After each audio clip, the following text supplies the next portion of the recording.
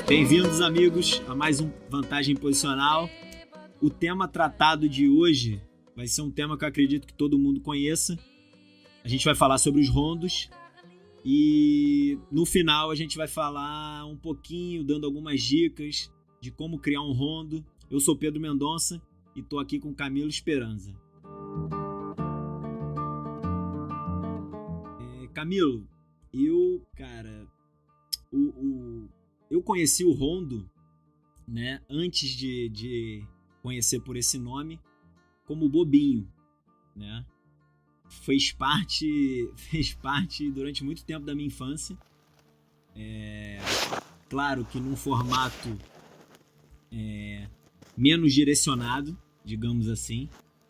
Mas eu acho que todo mundo que praticou futebol ou futsal na infância, ou enfim, em alguma parte da vida, já teve o contato com os bobinhos, que é como pelo menos a gente chama aqui no Rio de Janeiro.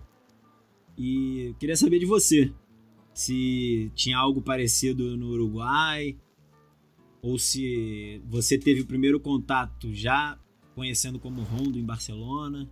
Me conta um pouquinho aí do teu primeiro contato com esse formato de atividade. Bom, antes que nada, olá a todo mundo, obrigado por estar aí do outro lado. Pois é, eu também, na minha infância, eu tive aí contato com bobinho, né, como vocês falam aí no Rio. Lá no Uruguai é chamado monito, que acho que deve ser alguma coisa, tradução, como, sei lá, mono pequeno, moninho. É, Então, na minha infância, monito era só uma atividade, tipo, no melhor dos casos, de aquecimento, né? É uma atividade que não tinha uma relevância, não tinha um protagonismo nenhum na sessão de treino. É uma coisa que, na maioria das vezes, até é feito antes de que o treinador chame para começar o treino, né? A galera vai chegando no campo, né? Vai saindo do vestiário, vai chegando no campo e até que o professor, o mister, chame a galera para dar início ao treino. A galera tá aí, todo mundo, né? 20, 22, 24 jogadores com uma bola e fazendo esse bobinho, né? Eu tive o primeiro contato com o rondo, já chamado desse nome, no meu primeiro contato na Barça Academy, né? Onde o rondo já era parte integrante da sessão de treinamento. E desde esse primeiro contato, aquela questão mais lúdica, eu não vou dizer que foi deixada de lado, não, porque eu acho que isso acaba sendo um pouco inerente, né, ao jogo de futebol. Mas eu acredito que eu passei a encarar com uma importância ainda maior, digamos assim. E, claro, depois tentando saber mais, entender mais, e aí eu fui conhecer sobre a importância que esse tipo de atividade, esse tipo de procedimento tem na construção do jogo do Barcelona, principalmente, né? Mas que também é parte integrante do treinamento de muitas equipes, né? E que tem muitos conceitos também que estão presentes no jogo de posição, por exemplo. Então, eu passei a ver de uma maneira muito mais ampla o que antes para mim era o bobinho e que depois eu passei a conhecer como rondo. Sim, definitivamente lá na Catalunha, especialmente em Barcelona, o rondo é uma coisa quase sagrada, né? Uma coisa que tem uma importância capital porque faz parte de alguma forma do que é a cultura do futebol lá, né? A cultura catalana também, já que falamos desde uma perspectiva mais ampla, a cultura catalã tem muito a ver com a solidariedade, né? Com compartilhar os recursos desde tempos já imemoriáveis, né? Desde muitos séculos atrás, que a sociedade catalana se formou através da solidariedade entre seus integrantes. Então, o rondo é uma forma de, desde o jogo do futebol, compartilhar um espaço comum, compartilhar uns fines comuns e compartilhar também o que é a bola. A partir dali, o jogo começa a cobrar uma dimensão que é totalmente diferente, ou que evoluiu de uma forma diferente a como o jogo evoluiu em outras partes, né? Eu estou falando do jogo do futebol, mas também estou falando do rondo, né? Então, aí, tudo que são as relações, tudo que você falou, né? As distâncias, o perfil corporal, o controle, ou como eu passo a bola, acontece muito dentro do que é o jogo, da forma que o jogo do futebol é pensado lá na Catalunha, e acontece muito no que é o rondo, né? Não, sem dúvida. Eu acho que esses aspectos fundamentais do jogo, digamos assim, eles são otimizados no rondo, né? Você acaba vendo de forma repetida, né? Embora não sejam ações iguais, mas são ações parecidas. Então, os exemplos que você falou, né? Então, a gente tem constante criação de linha de passe, otimização das distâncias de relação, a todo momento, se eu não disponho da bola, eu estou fixando algum oponente ou criando essa linha de passe. Se eu tenho que recuperar essa bola, eu posso condicionar a minha trajetória para também condicionar a decisão de quem dispõe da bola. Então, assim, essas são algumas das características que a gente pode encontrar no jogo de posição e que são muito presentes no rondo, por exemplo, né? Sem dúvida. Desculpa que eu te interrompa aí, Pedro. Eu acho que dentro do que é a periciação tática, por exemplo, chamaríamos de princípio das propensões, né? Se eu tenho que desenhar, eu tenho que criar uma atividade para que essa situação, essas condições que eu quero que os meus jogadores vivenciem no jogo, seja repetido muitas vezes, né? E o rondo é um caso paradigmático, né? Desse princípio metodológico, né? Desse princípio na criação de uma atividade.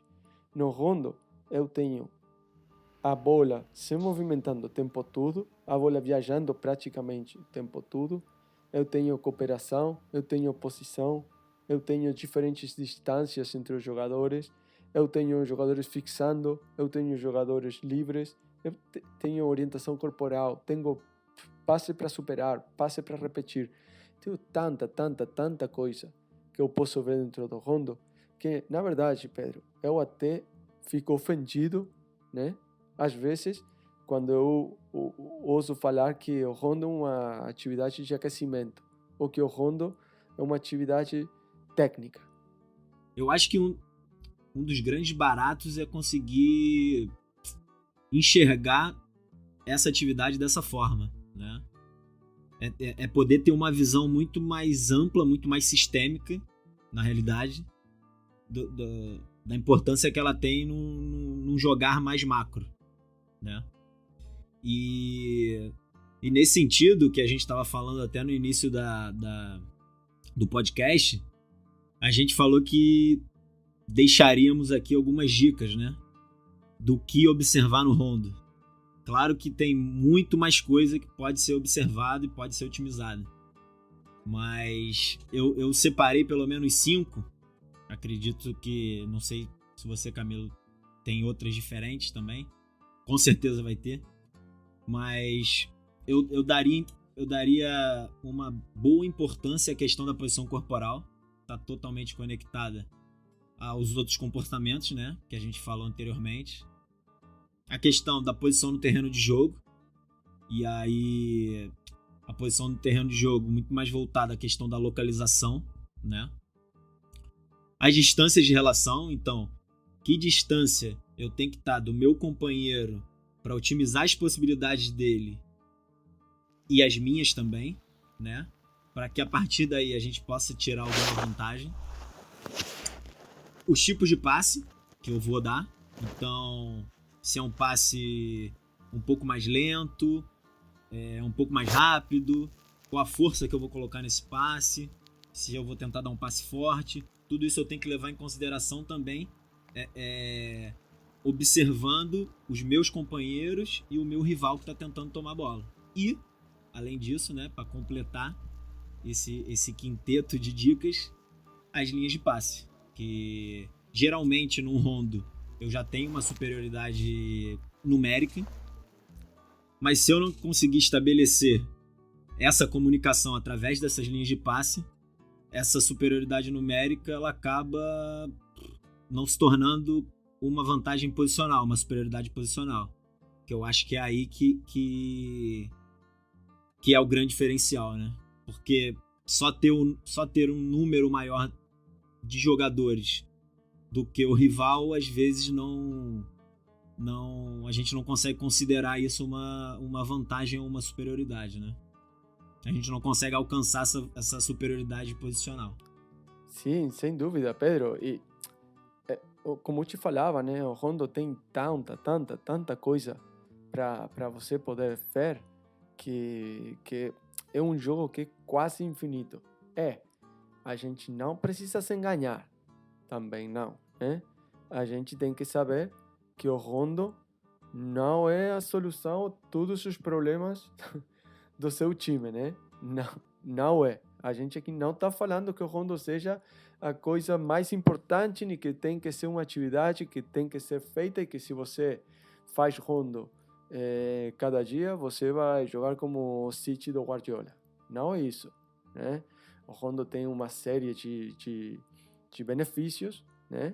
Tem uma série de qualidades que a gente acha que são de muita importância na hora de criar um idioma, uma forma de se comunicar entre os jogadores de um time, né? Tem muito parâmetro que cria muito comportamento, que tem muito a ver com o jogo, não só desde o ponto de vista do jogo de posição, jogo de ubicação, como você quer chamar, né? Mas muitos elementos que são intrínsecos ao jogo do futebol, né? A orientação corporal, o controle orientado, a aprender a ver antes de receber o passe, aprender a repetir passe, aprender a olhar longe, um monte de coisa, muita coisa que o Pedro falou nas 5 dicas que ele já deu, que depois eu acho, Pedro, no final do capítulo, do episódio, vamos repetir para que todo mundo possa pegar nota aí, possa tomar nota deles, que acho que são as dicas muito pertinentes. O jogo do Rondo, por exemplo, não tem direcionalidade, talvez. Beleza, é assim, não tem. Não tem chute ou gol. Não tem chute ou gol. Tá certo totalmente. Mas eu acho que todos temos que entender, e acho que já todos entendemos, que o máximo nível de especificidade dentro do treino é o jogo 11 contra 11, com gol e com juiz e com torcida. Isso aí é o máximo nível de especificidade. Fora disso, o nível de especificidade é menor. Então, o Rondo é a solução a todos os problemas do seu time? Não é. Mas tem muita coisa muito interessante dentro do Rondo que eu acho que converte o Rondo em uma atividade que vai muito mais longe do que um simples aquecimento, do que uma simples atividade de trabalho coordenativo, trabalho técnico, como você prefere chamar, né? Acho que tem incluso muitos valores que você pode querer que o seu time incorporar, que estão implícitos dentro do que é a dinâmica do rondo, né? Mas isso aí talvez outro dia a gente possa falar. Pedro, me repete aí quais são as 5 dicas que você deu? Vamos lá. São 5 dicas do que a gente pode observar em um rondo, né? A primeira seria a posição corporal. A segunda, posição no terreno de jogo. Então, em que situação esse jogador se localiza. A distância de relação, né? Tipos de passe e as linhas de passe. Eu acho que o capítulo hoje passou bem rápido, Camilo. Foi acho que como na maioria das vezes, um papo muito tranquilo, muito, muito leve. A gente fala sobre uma coisa que a gente é totalmente apaixonado, que é o jogo de futebol e tudo que envolve. E é isso, achei que passou muito rápido. Não sei o que você acha, mas... sem dúvida, sem dúvida. Então a gente fica por aqui. Terminamos mais um episódio do Vantagem Posicional e a gente se vê na próxima. Abraço a todos. Abraço.